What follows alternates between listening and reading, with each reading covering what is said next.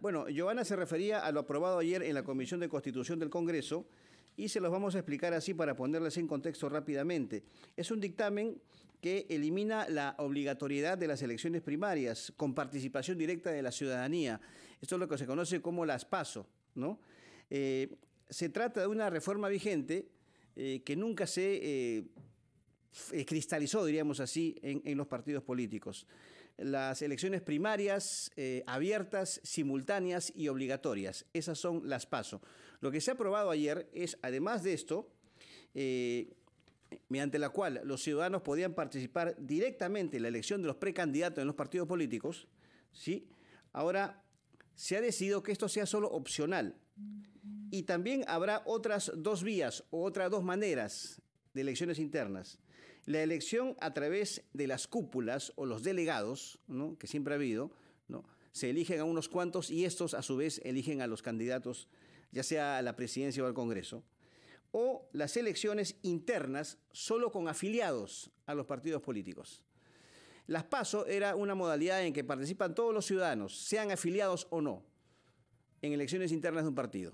Pero ahora hay tres modalidades. Sobre este tema, esto tiene que pasar obviamente al Pleno. Sobre este tema, decía, vamos a consultarle al doctor Fernando Tuesta Soldevilla, destacado politólogo, quien ya está con nosotros a través de la línea telefónica. Doctor Tuesta, bienvenido a RPP. Muy buenos días. ¿Cómo está? Gracias por la invitación. Doctor, ¿qué significa esta aprobación en la Comisión de Constitución del Congreso? ¿Esto es una especie de paso atrás o se está de alguna manera destruyendo la reforma política que se había establecido a nivel del Parlamento? Es tan desastroso como el resultado del partido de ayer en las eliminatorias. Es un desastre futbolístico, es un desastre político. En realidad, lo que ha ocurrido es prácticamente dejar sin efecto la reforma del 2019, una de las pocas que se mantenía en pie. En realidad esta era una suerte de ley no nata, ¿no? Como tú bien lo has dicho, pese a que se aprobó en el 2019, de cara al 2021 y 22, los No se partidos aplica. en el Congreso lo que hicieron es suspenderla bajo el pretexto del COVID. De la pandemia, sí. Entonces, de cara al 2026, esto requería algunos ajustes, pero eso no se ha hecho. Lo que se ha hecho es, en el fondo, regresar a los artículos de la ley de partidos del año 2003. El año 2003, la ley de partidos políticos sostenía que había tres vías, que son las que ahora justamente colocan. ¿Qué ocurrió? Y entonces ahí están las evidencias, la historia corta, entre el 2006 y las elecciones del 2020 del Congreso Extraordinario. Los partidos organizaban según ellos elegían la modalidad. Y la modalidad, como tú bien has dicho en tu presentación, era esta modalidad de elección indirecta, donde supuestamente se elegían a delegados, los delegados llegaban a Lima, generalmente, y ahí decidían la selección de todos los candidatos. Las famosas Esto cúpulas. era un control decidido del dueño o jefe y un sector o los dirigentes del partido. La PASO era un gran avance porque tenía varios propósitos, dada la experiencia negativa y hasta nefasta de cómo se organizaban las elecciones internas de los partidos. Pero los partidos no gustaban de esto, y no gustan porque justamente pierden el control de la selección de candidatos. Pero además, hay algo que hay que preguntarle a los congresistas, que el día de ayer, en un debate realmente confuso, lleno además de falsedades y desconocimiento de la dinámica de las elecciones internas, donde curiosamente ellos son parte, habría que preguntarles lo siguiente: este modelo que lo han puesto, lo han aprobado el día de ayer, fue el modelo que suplió a las PASO en el 2021 y 2022. ¿Y qué se recoge de esa experiencia? Más allá de los debates. La participación de los militantes, perdón, primero, de las tres modalidades, ¿cuáles escogieron? La mayoría por delegados, muy pocos a través de los militantes, ninguna abierta, pero ninguna. ¿cuánto fue la participación? 4.9%. Entonces, cuando uno escucha a los congresistas decir, este es una prerrogativa de los militantes, tienen el derecho, cuando van sus militantes a votar, solo el 4.9%. En segundo lugar, dicen otra elección prerrogativa del partido, que pueden presentarse en listas o a nivel individual. Bueno, la mayoría optó por listas. ¿Y saben qué ocurría con esto de elección de listas? Hacían lista única.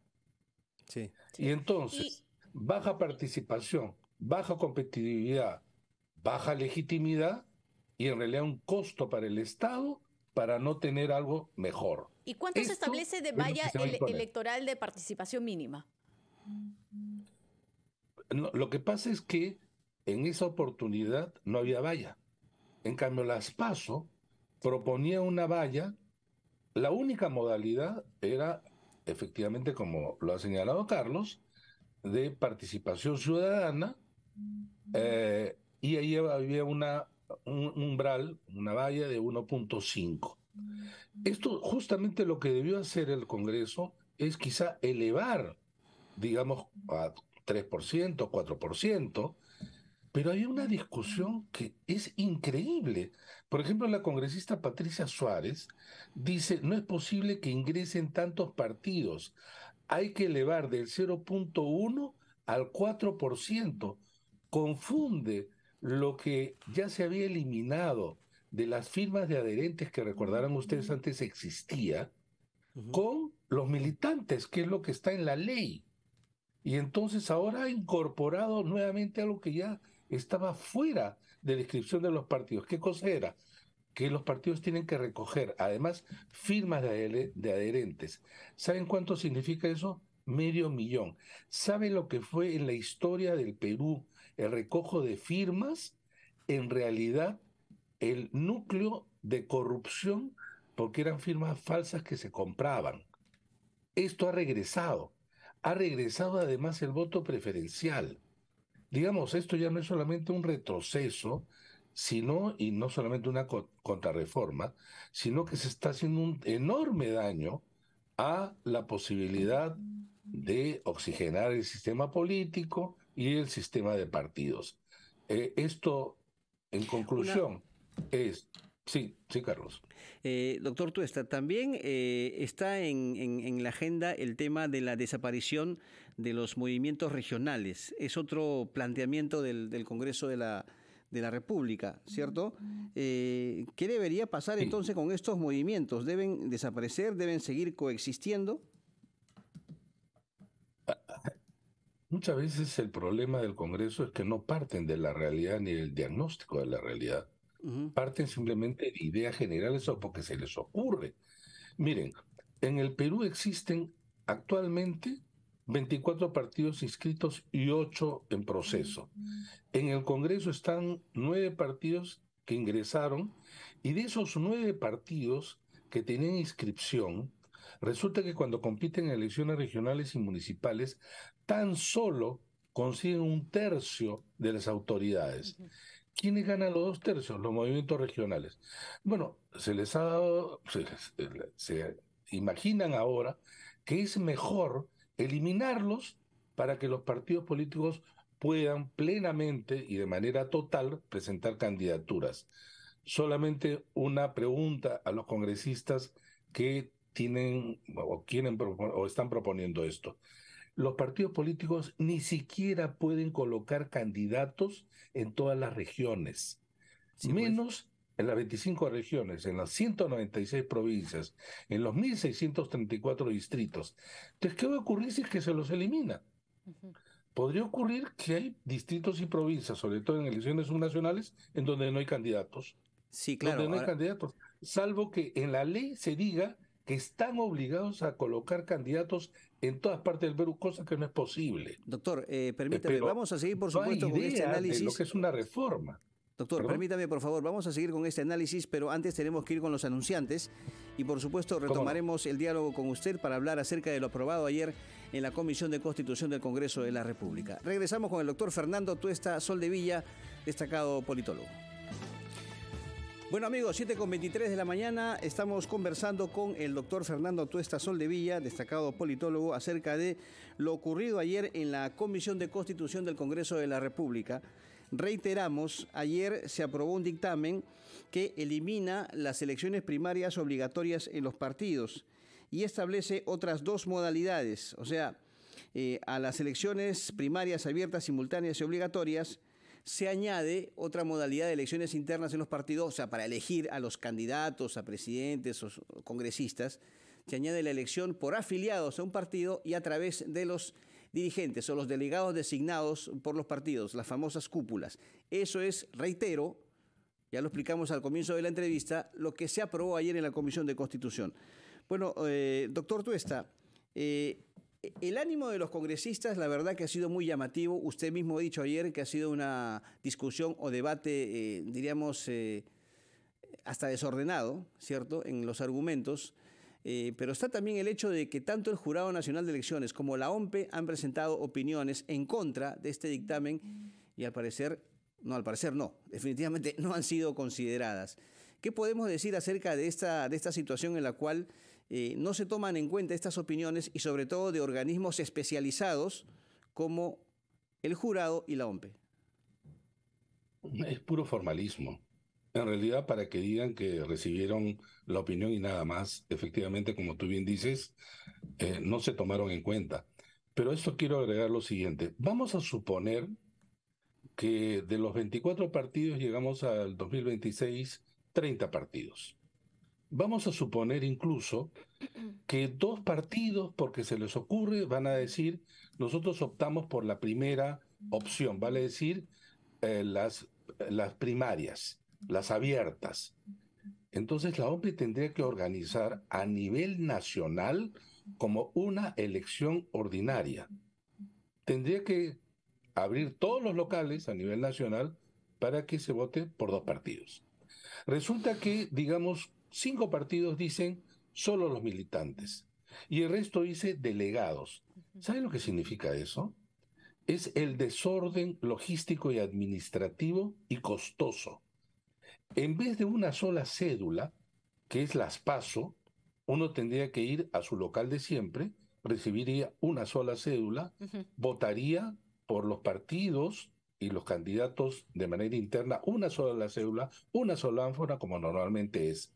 Pero con esta modalidad, como cualquier partido puede elegirle la modalidad. En resumen, ¿qué buscan los partidos? 30 cédulas con 30 ánforas. Sí. Es el desorden absoluto. Y así ocurrió. Yo pregunto a ustedes y les pregunto a los oyentes y televidentes lo siguiente. ¿Ustedes recuerdan cuándo, de qué manera, de qué calidad y forma fueron las elecciones de los partidos de cara al 2021 y 2022? Les aseguro que nadie recuerda. Y esas elecciones son las que se van a repetir ahora. Es decir, no solamente costoso para el Estado, sino no da los frutos de calidad superior a las PASO. Si muestran un modelo mejor que las PASO, a buena hora. Pero esto no es un buen modelo. ¿Qué buscan los partidos políticos entonces? ¿Perdón? ¿Qué están buscando los partidos políticos? Bueno, hay una idea central acá. Todo lo que se hizo antes hay que desaparecerlo. Es entre intuitivo, entre interesado, sumado a, de verdad en el debate, ignorancia de las propias normas. Entonces, los partidos ciertamente con esto lo que buscan es lo que tenían antes, el control mayor de las decisiones de los candidatos. Miren, por ejemplo, uno se pregunta, ¿cuántos delegados se deben elegir? Eso no está en la ley. Y los partidos no lo van a poner en la ley. ¿Y saben qué? Hubo casos en que solamente 3 delegados decidieron por todas las candidaturas. Increíble. Muy bien, doctor. 3 delegados.